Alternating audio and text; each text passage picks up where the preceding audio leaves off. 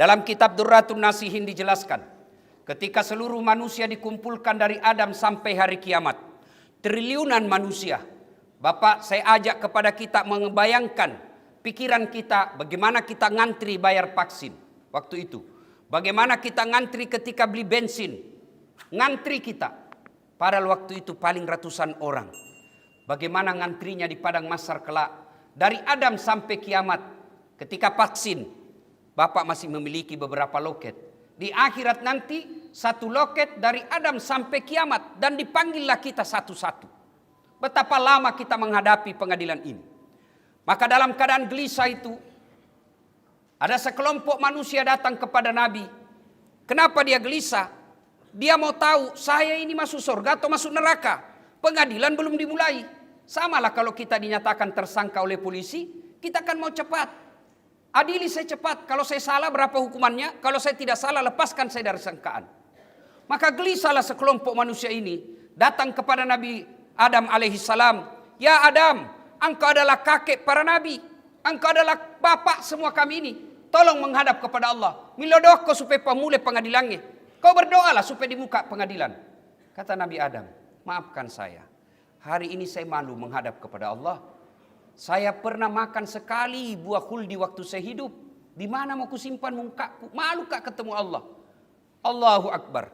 Adam alaihissalam sekali makan barang haram, malu ketemu Allah di akhirat kelak. Gimana kita yang tiada hari tanpa makan uang haram? Lalu Adam alaihissalam berkata, coba saya kau datang kepada Ibrahim. Siapa tahu Ibrahim mau berdoa. Datang lagi sekelompok manusia ini kepada Ibrahim. Ya Ibrahim, engkau adalah kakek para nabi. Tolong menghadap kepada Allah. Berdoa kau supaya segera dibuka pengadilan. Nabi Ibrahim pun berkata, masih ritoka. Saya juga malu menghadap kepada Allah. Kenapa? Saya pernah bohong sekali seumur hidup. Waktu saya dikatakan kau yang bunuh. Kau yang hancurkan Tuhan-Tuhan kami. Kata Ibrahim, bukan saya, ini. Padahal ininya menunjuk dirinya, meskipun tangannya menunjuk patung. Dia enggak berbohong. Saya malu ketemu Allah. Saya pernah bohong sekali waktu hidup. Di mana mau kusimpan mukaku? Allahu Akbar. Ibrahim sekali bohong seumur hidup. Malu ketemu Allah di akhirat kelak. Gimana para politisi yang tiada hari tanpa bohong? Lalu Nabi Ibrahim berkata, coba saya kau datang kepada Nuh alaihissalam. Ya Nuh, engkaulah Nabi dan Rasul. Tolong menghadap kepada Allah supaya segera dibuka pengadilan. Apa kata Nabi Nuh? Susah tong ini. Saya juga malu ketemu Allah hari ini. Kenapa? Saya pernah diutus la ilaha illallah. Tiada Tuhan selain Allah. Jangan sembah kecuali Allah. Malah anakku yang lawan saya. Saya malu menghadap kepada Allah. Nuh alaihissalam. Satu anaknya berkhianat. Malu ketemu Allah. Gimana kita ini yang 4 anak tanda ada beres? Gimana kita yang 5 anak perempuan tidak pakai jilbab, laki-laki tidak pernah hadir berjamaah di masjid, tidak tahu ngaji. Lalu Nabi Nuh berkata, coba kau bedek, datang kepada Nabi Isa, siapa tahu dia yang mau berdoa. Datang lagi sekelompok ini, ya Isa, engkau adalah pengajar cinta kasih, tolong menghadap kepada Allah, dibuka pengadilan. Kata Nabi Isa, masih rito kak iya, magai, pernah kak disembah jadi Tuhan, saya malu menghadap kepada Allah. Lalu Isa alaihissalam berkata, coba kau kepada Muhammad sallallahu alaihi wasallam, penghulu para nabi. Lalu datanglah sekelompok manusia ini menghadap kepada Nabi Muhammad. Ya Muhammad, engkau adalah kekasih Allah yang selalu digandengkan dengan namanya Allah, yang tidak diciptakan langit dan isinya kecuali perhambaan Allah kepadamu. Tolong saya, kau yang menghadap kepada Allah, berdoa supaya segera dibuka pengadilan. 4 seniornya semua mengarah. Mulai dari Adam semua malu. Mendengar ini Rasulullah tersenyum dan berkata, tanam aku. Di sini berlaku mujizatku. Di dunia ada mujizatku berupa Quran. Di dunia ada mujizatku tanganku keluar jari-jari air ketika orang mau wudu. Di dunia mujizatku saya dilindungi oleh awan ketika berjalan. Ini lagi ada mujizatku satu. Apa itu? Allah dengarkan doaku hari ini. Di mana seluruh makhluk tidak ada didengar doanya. Hanya saya yang didengar doaku. Ini syafaatku yang terakhir. Lalu Nabi berkata, tenang kalian, saya menghadap kepada Allah. Datanglah Rasulullah menghadap kepada Allah. Ya Allah, kami sadar banyak maksiat dan dosa. Tapi kami juga sadar Engkau Maha Pengampun dan Maha Pengasih. Atas nama pengampun dan pengasih-Mu ya Allah, kami mohon kepadamu, Ya Allah, tabukkan ni kasih pengadilannya. Lalu Allah mendengar dari aras, ya Muhammad, kau bangkit dari sujudmu. Hari ini aku kabulkan doamu. Malaikat, siapkan segala sesuatunya, pengadilan kita mulai hari ini.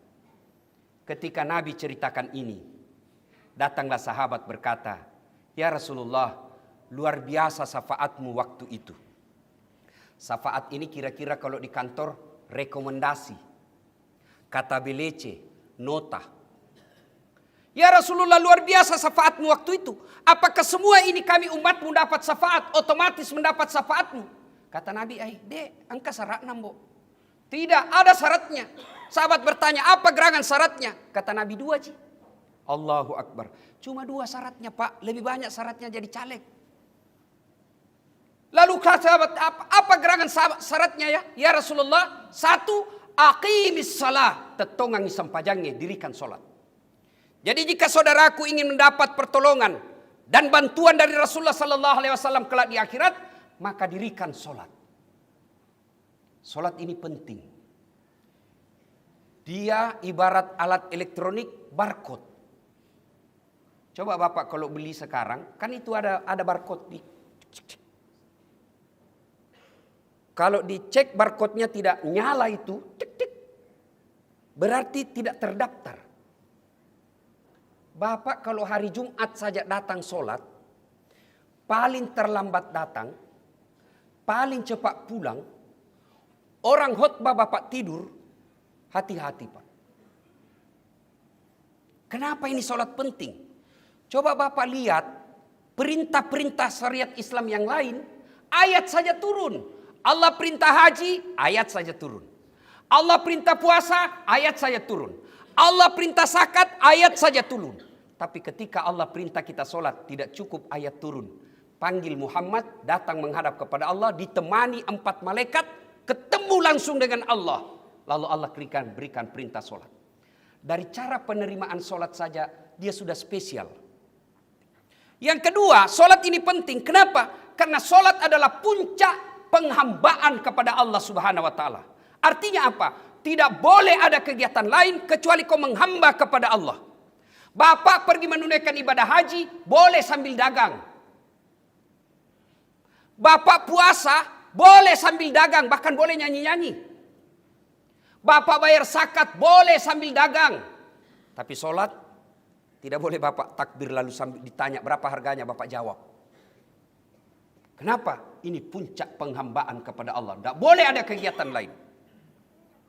Yang ketiga, kenapa sholat penting? Karena dengan sholat kita yakini inna sholata tanha anil fahsai wal munkar. Sholat itu bisa memperbaiki akhlak kita sehingga kita bisa terhindar dari maksiat dan mungkarat.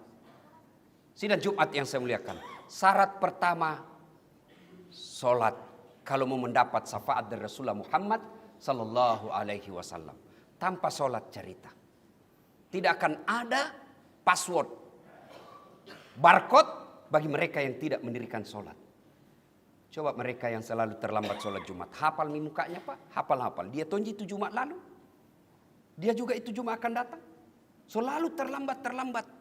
Selesai langsung lompat. Apakah susahnya selesai kita sholat? Tinggal sejenak, 5-10 menit, zikir, meminta kepada Allah. Karena hari Jumat adalah hari yang mulia. Coba Bapak tengokkan sebentar, naik menghadap ke atas. Lihat itu Asmaul Husna yang ada di atas kita. Semua bagus namanya Pak. Tapi kita lebih senang datang menghadap kepada manusia. Berhadap kepada manusia. Yang manusia kita minta, iya dalam hatinya, tidak bisa kau bantu. Bapak minta kepada manusia, Ustaz, kasih ke HP-mu. Tidak mungkin saya kasih Ki. Kenapa? Karena saya juga butuh handphone. Tapi minta kepada Allah, apapun yang Bapak Ibu minta, pasti Allah kasih selama apa yang Bapak minta itu mampu dipikul. Tapi syaratnya, tetongangi sampajangnya, dirikan sholat. Tidak mungkin doa dan ibadah yang lain Allah kabulkan ketika kita tidak mendirikan sholat. Kenapa ini sholat penting? Karena dia tanda keislaman kita. Bahkan Rasulullah Sallallahu Alaihi Wasallam menjelaskan batas antara kekafiran dan keislamanmu adalah sholat. Ketika kau tidak sholat, kau kafir di hadapan Allah. Dan buka surah Al-Fat. Muhammad Rasulullah. Walladzina ma'ahu asyiddaa'u 'alal kuffar ruhama'u bainahum tarahum ruk'an sujada yabtaguna fadlan minallahi wa ridwana simahum fi wujuhihim min asari sujud ila akhir ayat. Tanda orang Islam, kalau dia mengaku Islam kata Allah, ruk'an sujada, kamu lihat mereka ruku dan sujud. Artinya tidak sholat. Sepakat para ulama, orang yang tidak sholat kafir. Bahkan Imam Syafi'i memfatwakan mereka yang tidak pernah kau lihat sholat dan dia wafat, haram hukumnya kau sholati. Tapi ingat, ketika kita mau sholat, masuk itu setan. Sebentar pi, masih lama khutbah, nanti pi. Begitu kita mau sholat, mau ambil wudhu, setan. Kenapa? Karena setan, kalau kita mau puasa, Nabi bilang puasa mako Ramadan. Haji mako kalau perlu tiap tahun pi umroh. Tapi ketika tidak sholat, tidak ada semua gunanya kebaikan yang pernah kita lakukan. Maka setan berupaya menggagalkan ketika kita mau sholat. Karena ketika tidak sholat, sia-sia semua amalnya. Yang kedua kata Nabi, kalau kau mau mendapat syafaatku, banyak-banyaklah menyebut namaku. Bersalawat kepada Rasulullah Muhammad sallallahu alaihi wasallam. Coba lihat istimewanya ini salawat, Pak. Allah perintah sholat, tidak pernah kita dengar Allah sholat. Allah perintah kita puasa, Allah tidak pernah menunaikan ibadah puasa. Allah perintah haji, tidak pernah Allah menunaikan ibadah haji. Tapi ketika Allah perintahkan kita sholawat, dengar firman Allah. Innallaha wa malaikatahu yusalluna 'alan nabi. Ya ayyuhalladzina amanu sallu alaihi wa sallimu taslima. Sesungguhnya Allah dan para malaikatnya bersalawat kepada Rasulullah Muhammad sallallahu alaihi wasallam. Maka adik-adikku sekalian yang pakai warna-warna putih, yang kalian lagi menuntut ilmu, yang kalian lagi belajar, jangan lupa setiap kau mau mulai pelajaranmu, bersalawatlah kepada Rasulullah Muhammad sallallahu alaihi wasallam. Sebut Nabi sebanyak-banyaknya. Maka itu akan memudahkan ilmu masuk dan akan memperbaiki akhlakmu dengan ilmu yang kau miliki. Ada yang tanya, Ustadz, saya sudah lama berdoa. Kenapa doaku tidak dijabah padahal saya sudah sholat? Begitu saya tanya, kau bersalawat enggak kepada Nabi? Wah, ini yang baru saya tahu. Itu sebabnya. Salawat, passwordnya doa. Kalau Bapak bersalawat kepada Rasulullah, apa hubungannya dengan doa begini?